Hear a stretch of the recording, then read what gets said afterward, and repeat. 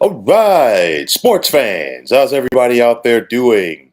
William Martin coming at you one more time here on YouTube with another edition of the 300 Pounds of Sports Knowledge Podcast.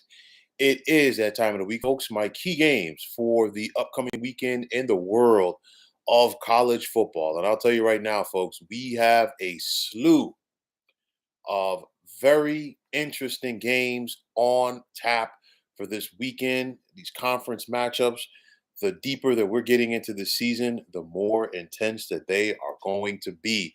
I want to start off tomorrow night as we got a big one in the Mountain West as you have 17th ranked Boise traveling to Vegas to take on the UNLV Rebels.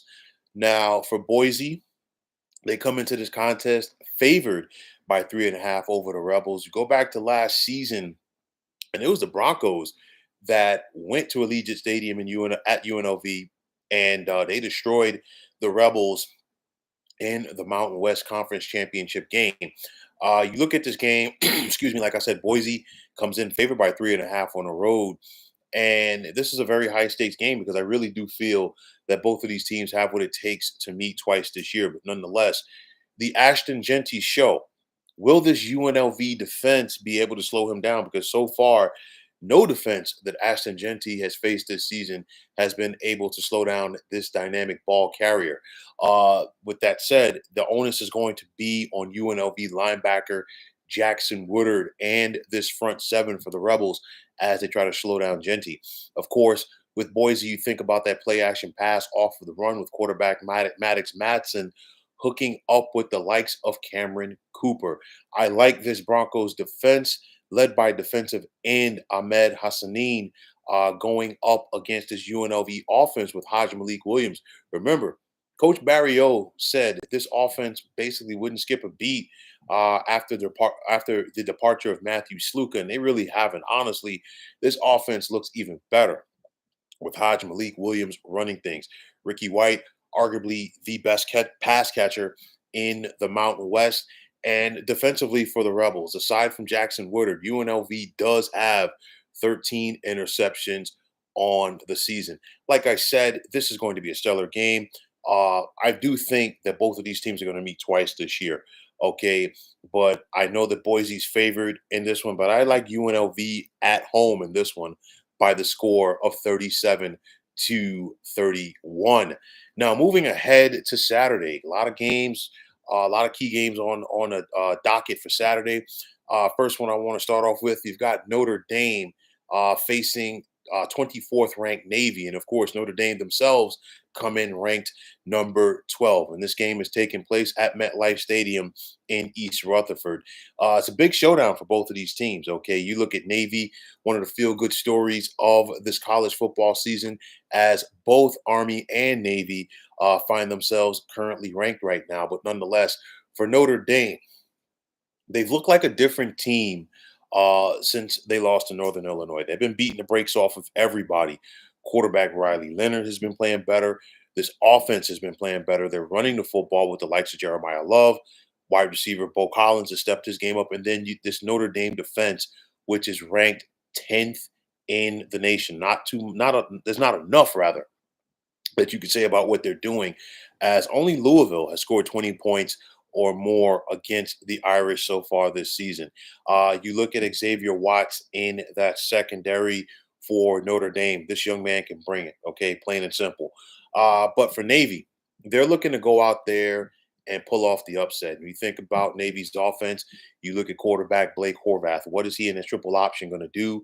And then this Naval Academy defense led by linebacker Colin Ramos. They got to try to find a way to slow down this improving Notre Dame offense. And when I say improving, week by week, the Fighting Irish are getting better. Notre Dame comes into this game favored by 14. I'm going to take the Fighting Irish by 14 in this one, 34-20. Now, a big one in the American on Saturdays. You have Tulane traveling to take on North Texas.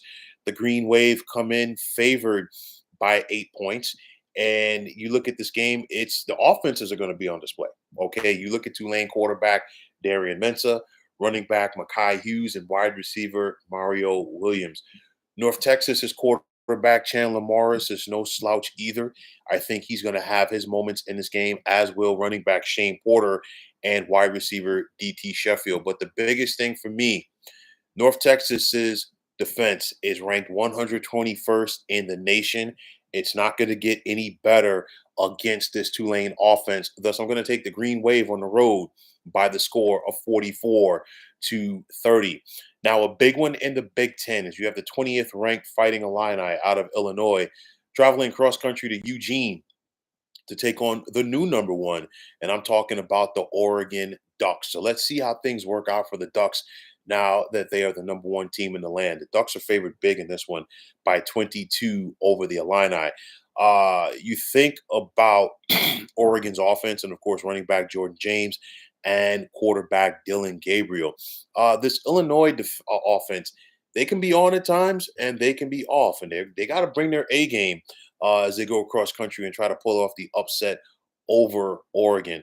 Outside linebacker Mateo Uyungale for the Ducks. What is he going to do to try to slow down or help slow down this Illini offense and try to get to Illini quarterback Luke Altmaier? Xavier Scott in the secondary for Illinois. Outside linebacker Gabe Lucas. Can they find a way to slow down this Oregon offense? I'll tell you like this. The Ducks are favored big in this one. They're favored by 22, but I'm going to take them to win, but I'm going to take the under on that one because I'm going to take Oregon by the score of 34-20. Now in the Big 12, you've got 11th ranked BYU traveling cross country. Theme here, conference games going past regions, so to speak. But nonetheless, you've got BYU traveling to the bounce house to take on UCF. UCF, in spite of the fact that they have a losing record, they come into this game favored by 2 points over undefeated BYU. For BYU this season, they've been tested and they've passed all of the tests. And it's one of those where for Central Florida, they've lost their last four, okay? But this is still a tough and dangerous team at home. However, this UCF defense is going to have to find a way to step up as they look to slow down this BYU offense led by quarterback Jake Retzlaff and running back L.J. Martin. Quarterback K.J. Jefferson for the Knights. Okay, can he play and put this team in the best position to win?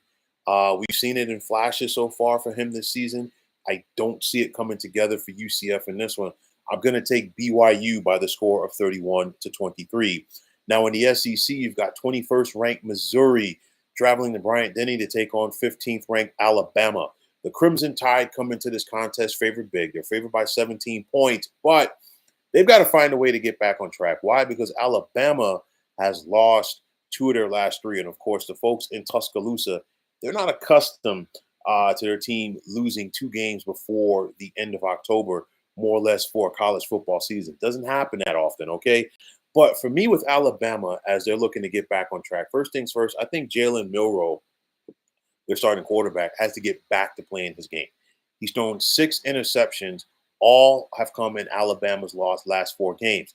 It's one of those we've seen the maturation process, if you will, for Jalen Milroe this year, becoming more of a passer than a thrower. I think Alabama needs Jalen Milroe, the athlete, to go out there and make things happen and make them happen with his legs.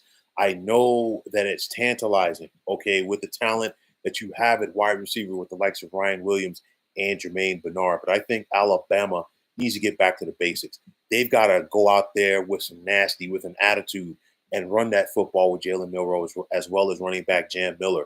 Like I keep saying about Alabama, too much talent on defense. And I think the Crimson Tide in this one, they've got to find a way to set the tone defensively at home. Deontay Lawson, Jahad Campbell, Quay Robinson, and others, they got to go out there and get after Missouri quarterback Brady Cook in this one. Missouri's got a lot of talent on offense. You think about it, Theo Weiss and Luther Burden at wide receiver, Nate Noel at running back. But I really do think Alabama's got to go out there and set the tone and get their crowd into this game and start playing downhill. The Crimson Tide are favored big in this one. Like I said before, they're favored by 17, but I'm going to take the under. And I am going to take Alabama to win, but I'm going to say 31-24.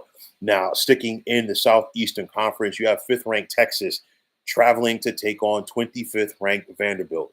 It's not that often that we say that the Commodores are ranked in the top 25, but this is a microcosm, if you will, of this 2024 college football season.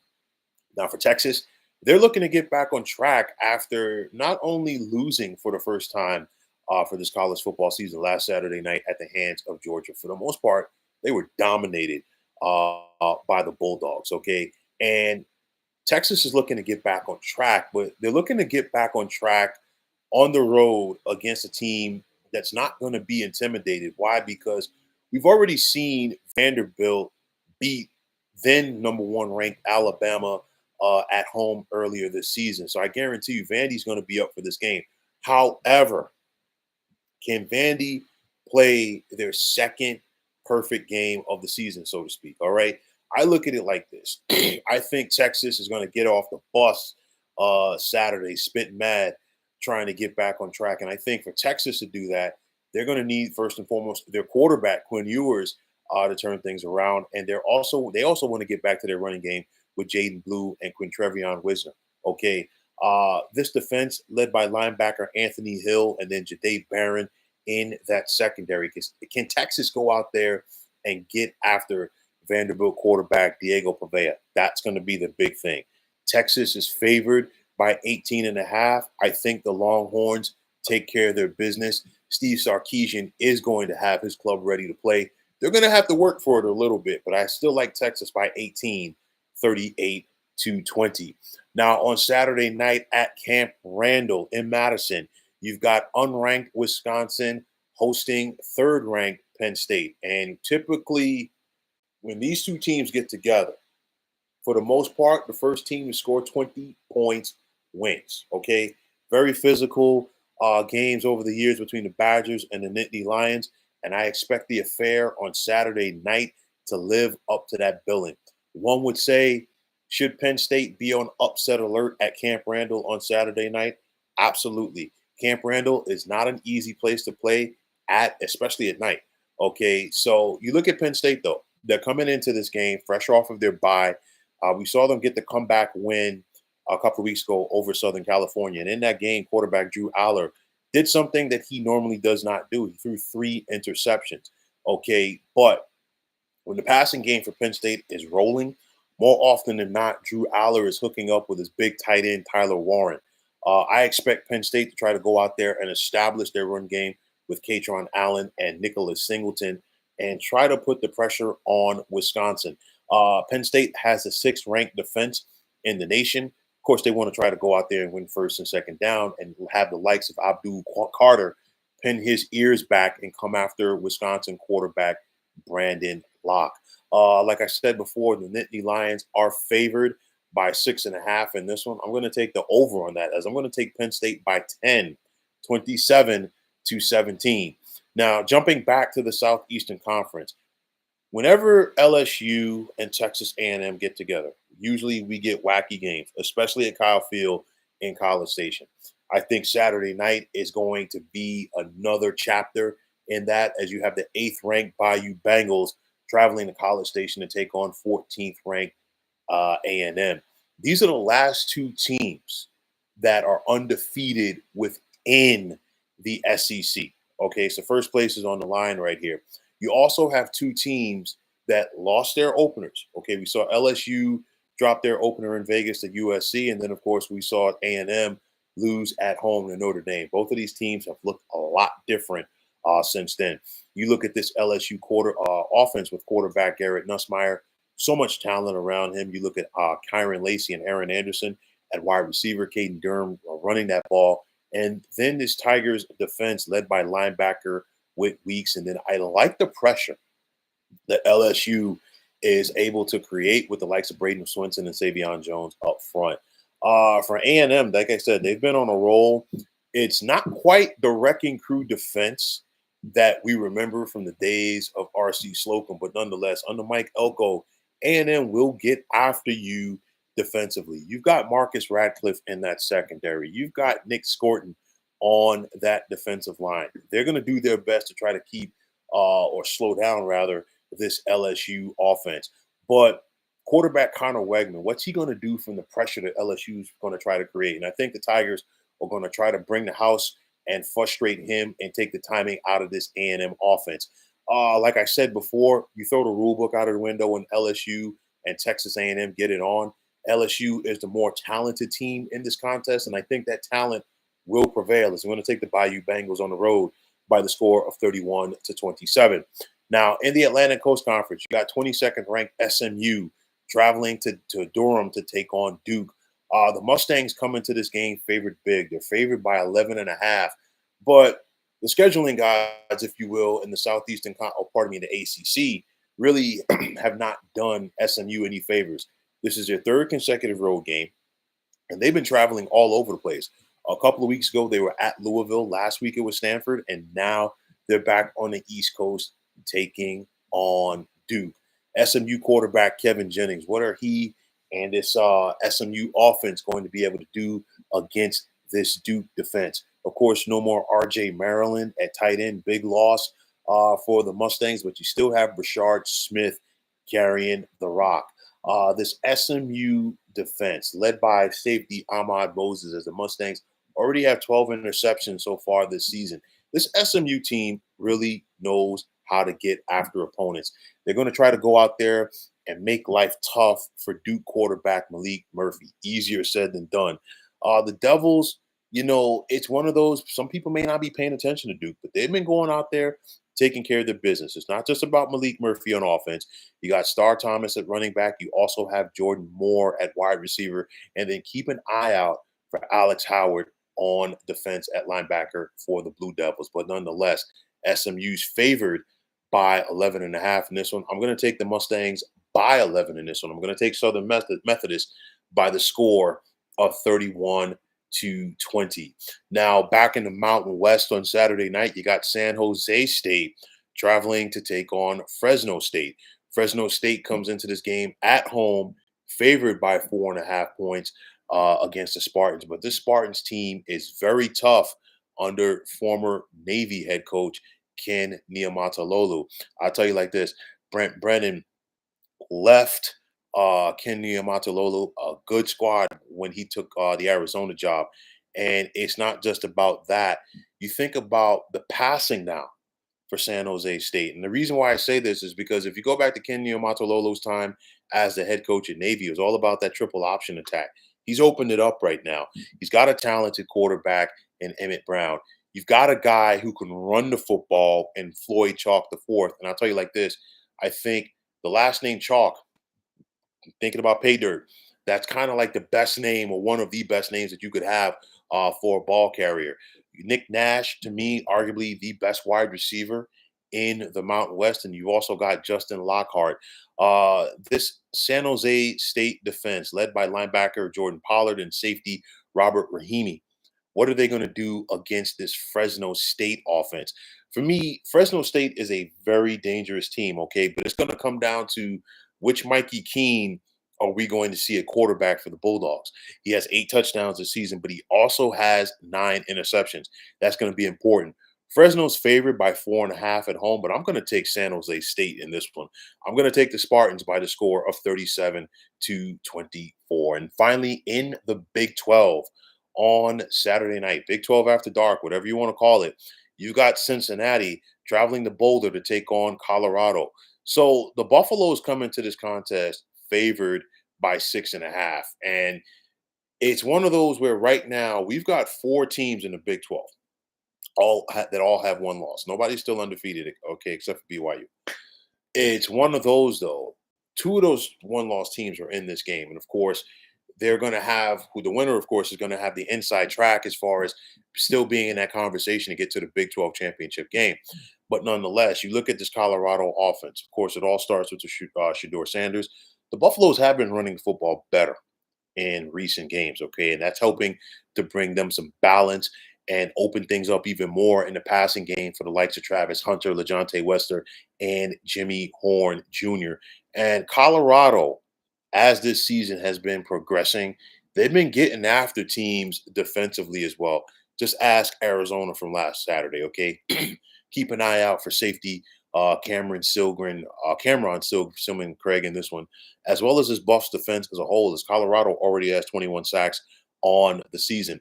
The Bearcats do have a solid squad that they're taking west in this one, led by quarterback Brendan Sorsby, as well as running back Corey Kiner. And then you got to keep an eye out for wide receiver Xavier Henderson and tight end Joe Royer. Nonetheless, Colorado is favored by 6.5 in this one. Buffalo is going to have to work for it, but I'm still going to take Colorado, but I'm going to give them the 34-30 advantage. So, folks, those are my key games, and there are a lot of key games in my book for this upcoming weekend in college football. But nonetheless, I want to take this time out to thank each and every one of you for tuning into the 300 Pounds of Sports Knowledge podcast here on YouTube. I want to take this time out to thank all of you fine folks out there for tuning in. And if you have not already, please feel free to subscribe to this channel. Now, if you're on the X, formerly known as Twitter, please feel free to follow me at 300 Pounds of Sports. And like I always say, if you follow me, it'll be my pleasure to follow you right back. There's also the sports discussion group on Facebook at the Sports Depot 365. Now, you can check it out. Drop a line and be a part of one of the better sports debating sites going on social media. So once again, fine folks, my name is William Martin, and I'm signing off. And I'm saying take care and have yourselves a wonderful day.